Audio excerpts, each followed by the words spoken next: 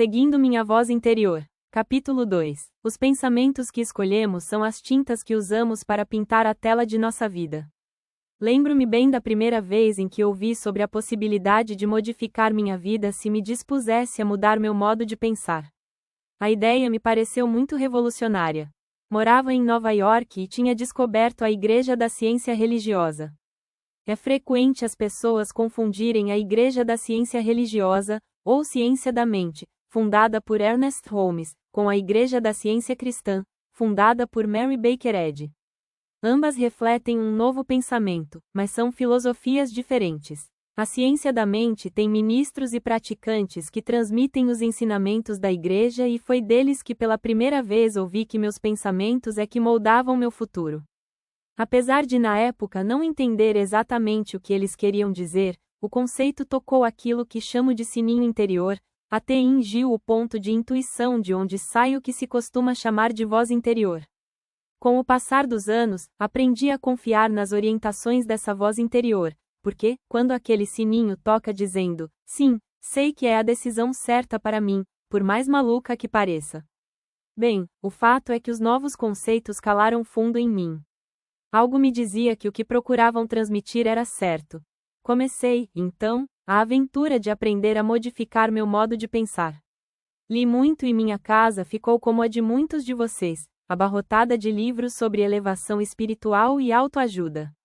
Assisti às aulas por vários anos e explorei tudo relacionado ao assunto.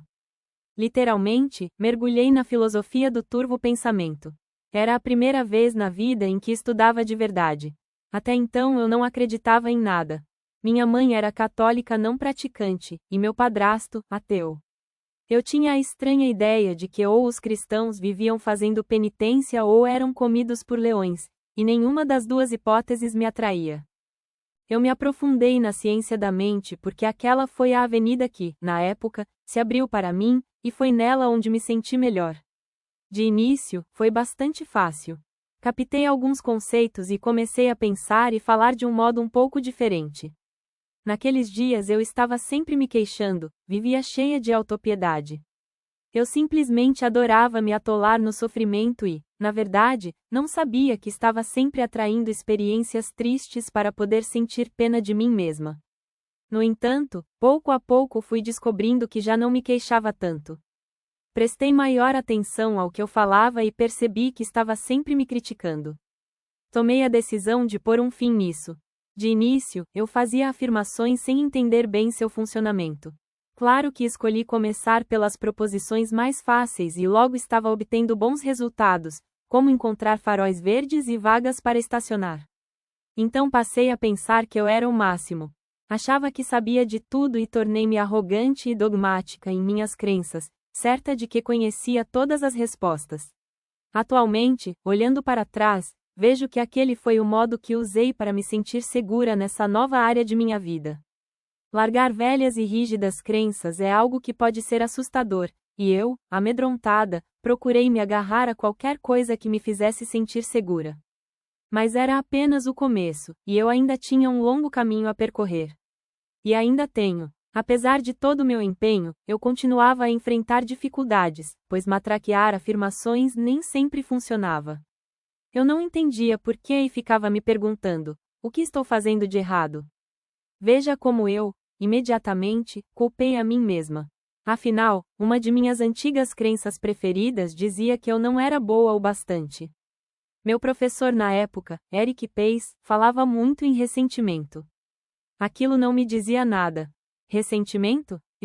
Claro que eu não tinha ressentimentos. Afinal, encontrara meu caminho e era espiritualmente perfeita. Como eu me conhecia pouco. Continuei a fazer o melhor que podia. Estudei metafísica e espiritualismo e procurei aprender o máximo sobre mim mesma. Às vezes eu aplicava o que conseguira captar de tudo aquilo, o que é muito comum. Geralmente lemos muito, aprendemos muito, mas colocamos pouco em prática. O tempo passou rápido e, àquela altura, eu já estava estudando ciência da mente havia 3 anos, me tornei instrutora. Comecei a ensinar a filosofia da Igreja, mas imaginava por que meus alunos pareciam não progredir. Eu não compreendia por que eles continuavam presos a seus problemas. Afinal, o que faziam com os bons conselhos que eu lhes dava? Nunca me ocorreu que eu atuava exatamente como um pai que manda uma criança agir de uma determinada forma e depois age de outra completamente diferente. Certo dia, ao fazer uma consulta médica de rotina, recebi o diagnóstico de câncer vaginal. De início, entrei em pânico. Logo em seguida, porém, como uma reação natural, tive dúvidas sobre a validade do que eu estivera estudando até então. No entanto, como já estava bem treinada, comecei a pensar: se eu estivesse lúcida e concentrada como imaginava, não teria necessidade de criar essa enfermidade. Hoje, olhando para trás, penso que na época eu já estava bastante segura a ponto de deixar a doença emergir para poder cuidar dela. De outra forma, ela continuaria sendo um outro segredo escondido que não chegaria a meu conhecimento até ser tarde demais. Naquela ocasião eu já tinha conhecimento suficiente para não tentar esconder a verdade de mim mesma. Eu sabia que o câncer é uma doença causada pelo ressentimento. Quando sufocamos nossas emoções, elas vão a algum lugar do corpo e ficam ali, manifestando-se como doenças. Foi então que me tornei muito consciente do ressentimento que eu guardava, ressentimento pelos maus tratos físicos, emocionais e sexuais de minha infância. Quando saí de casa, tentei esquecer tudo o que acontecera, mas nunca fiz nada para mudar meu modo de pensar ou para soltar de mim a amargura e deixar o passado ir embora. Eu achava que deixara tudo para trás, mas, na verdade, apenas enterrar o passado dentro de mim. Com o passar do tempo, fui construindo em torno de mim uma muralha que não me deixava entrar em contato com meus próprios sentimentos. Quando entrei no caminho metafísico, cobri minha amargura e ressentimento com uma bela camada de espiritualidade, mas foi como esconder um monte de lixo com um lenço de seda. Só depois do diagnóstico começou o verdadeiro trabalho interior para conhecer a mim mesma. Graças a Deus, eu tinha ferramentas para usar. Sabia que precisava me interiorizar para engendrar mudanças permanentes. O médico me operaria e talvez conseguisse paralisar o curso da doença naquele momento. Mas, se eu não mudasse o modo como estava usando meus pensamentos, eu o ativaria novamente. É interessante observar em que lado do corpo costumam se instalar os tumores. O lado direito representa a parte masculina, de onde as coisas saem de nós. O esquerdo é a parte feminina, a receptiva, com a qual se capta. Quase sempre, quando alguma coisa acontecia comigo, afetava a parte direita de meu corpo. Era ali que eu guardava o ressentimento contra meu padrasto. Depois do diagnóstico, deixei de me contentar com resultados menores de trabalho mental, como encontrar os sinais sempre verdes e boas vagas para estacionar. Eu sabia que precisava ir muito mais fundo. Percebi que não estava progredindo como imaginava e que não me livrara do lixo da infância. Também me dei conta de que não estava praticando o que pregava. Então me voltei para minha criança interior e comecei a trabalhar nela. Minha criança interior precisava de ajuda porque continuava sofrendo. Rapidamente dei início a um intenso programa de autocura. Concentrei-me só em mim e prometi a mim mesma que iria fazer de tudo para sarar. Fiz uso de algumas técnicas inusitadas, mas fui em frente. Afinal, era minha vida que estava em jogo. Nos 6 meses seguintes, trabalhei comigo mesma praticamente às 24 horas do dia. Comecei a ler e estudar tudo o que encontrava sobre maneiras alternativas de curar o câncer porque eu realmente acreditava nessa possibilidade. Entrei em um regime rigoroso de desintoxicação alimentar que limpa o meu corpo de toda a alimentação errada que eu ingeria havia anos. Tenho a impressão de que passei metade do tempo me alimentando somente de brotos de hortaliças e purê de aspargos. Claro que comi muitas outras coisas nesse período, mas foram essas que ficaram gravadas em minha memória. Trabalhei muito com meu instrutor de ciência da mente, Eric Pace, para limpar meus padrões mentais e, assim, não precisar criar mais tumores cancerosos. Fiz afirmações, visualizações e tratamentos espirituais. Dediquei-me também a sessões diárias de trabalho diante do espelho. Para mim, as palavras mais difíceis de dizer eram: "Eu te amo. Eu te amo de verdade." Foram necessárias muitas lágrimas, muitos exercícios de respiração para conseguir romper o bloqueio. Quando, finalmente, pude falar tranquilamente essas frases, foi como se eu desse um salto fantástico. Ao mesmo tempo, procurei um bom psicoterapeuta especializado em ajudar as pessoas a expressarem sua raiva e a libertarem-se dela. Passei um bom tempo gritando e socando almofadas. Isso me fez um bem extraordinário. Em toda a minha vida eu jamais recebera permissão para exteriorizar minha raiva. Não posso dizer ao certo qual dessas técnicas funcionou. É possível que todas tenham contribuído um pouco ou talvez todas funcionaram juntas. O principal é que fui persistente em meu trabalho mental, pratiquei os exercícios sem esmorecer. Antes de dormir, eu agradecia a mim mesma pelo que fizera durante o dia e afirmava que meu corpo continuaria a se curar durante a noite. Também dizia que eu acordaria me sentindo bem, alegre e renovada. Pela manhã, assim que abria os olhos, eu agradecia a mim mesma e a meu corpo pelo trabalho de cura que fora feito durante o sono. Em seguida, afirmava que estava disposta a evoluir, aprender, e a fazer mudanças para não me ver mais como uma pessoa. Trabalhei muito na compreensão e no perdão. Para isso, analisei a infância de minha mãe e de meu padrasto. Cheguei à conclusão de que, devido à forma como tinham sido criados, não poderiam me tratar de maneira diferente. Meu padrasto fora vítima de maus tratos na infância e reproduziu essa forma de agir na criação de suas enteadas. Minha mãe cresceu acreditando firmemente que o homem sempre tem razão e que uma boa esposa deve ficar sempre a seu lado, acatando suas decisões sem contestar. Ninguém ensinou a nenhum dos dois um modo diferente de agir, e eles apenas reproduziram na vida adulta o que tinham aprendido e sentido na infância. Pouco a pouco, com uma nova compreensão a respeito deles, fui iniciando o processo de perdoá-los. Quanto mais eu perdoava meus pais, mais disposição eu sentia para perdoar a mim mesma. Perdoar a si mesmo é extremamente importante.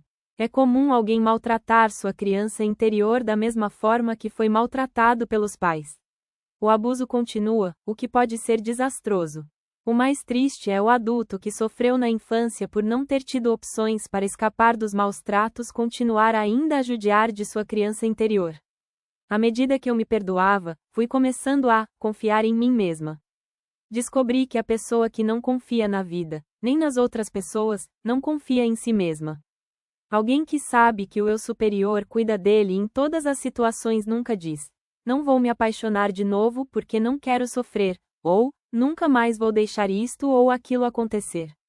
Quem costuma falar coisas desse tipo está, de fato, dizendo: não confio bastante em mim para cuidar de mim mesmo, por isso vou me afastar de tudo. Com o aumento da autoconfiança, passei a encontrar mais facilidade em me amar. Meu corpo estava se curando, meu coração estava se curando. Meu crescimento espiritual, portanto, começou com uma notícia chocante e inesperada: minha doença. Como se fosse um prêmio por meus esforços e minha constância, comecei a parecer mais jovem. A maioria dos clientes que passei a atender estava sinceramente disposta a trabalhar em si mesma e fez enormes progressos, sem que eu dissesse nada de especial. Essas pessoas percebiam e sentiam que eu vivia o que ensinava, o que tornava mais fácil a captação de meus conceitos. Isso prova que, quando alguém faz as pazes consigo mesmo em um nível interior, a vida começa a fluir de forma mais fácil e agradável. Mas o que essa experiência me ensinou em termos pessoais? Percebi que eu tinha o poder de modificar minha vida, desde que estivesse disposta a mudar meu modo de pensar e a abandonar os padrões de pensamento e conduta que me mantinham presa ao passado. Adquiri o conhecimento de que, se estamos realmente dispostos a fazer o trabalho mental, somos capazes de mudanças extraordinárias em nossa mente, corpo e vida em geral. Não importa em que ponto da vida você está, não importa o que contribuiu para criá-lo, não importa o que está acontecendo, lembre-se de que você está sempre fazendo o melhor possível com o conhecimento, percepção e sabedoria que possui no momento. Conscientize-se de que você agirá de maneira diferente quando aprender mais. Foi o que aconteceu comigo. Não se desmereça por ser o que é ou por onde está agora. Não se culpe por não progredir mais ou melhor. Diga a si mesmo: estou fazendo o melhor que posso e, mesmo que eu atualmente esteja em uma encrenca e tanto, de algum modo sairei desta. Portanto, estou decidido a encontrar a melhor maneira de me safar.